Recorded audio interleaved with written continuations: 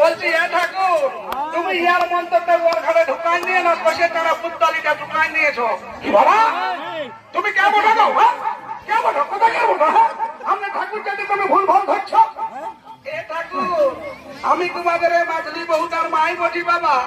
কাল বিটি জামাইকে ঘাটে উঠাতে আসিয়েছি।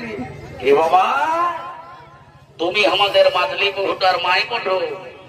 তো বলছে হ্যাঁ গো, তাহলে সম্পর্কে তো তুমি আমার বেহান হবে। ও ঠাকুর, তো বলছে হ্যাঁ বেহান, তুমি আমার সংস্কৃত মন্ত্রে ভুল ভাল ধরছো। তুমি সংস্কৃতের কিছু বুঝো নাকি?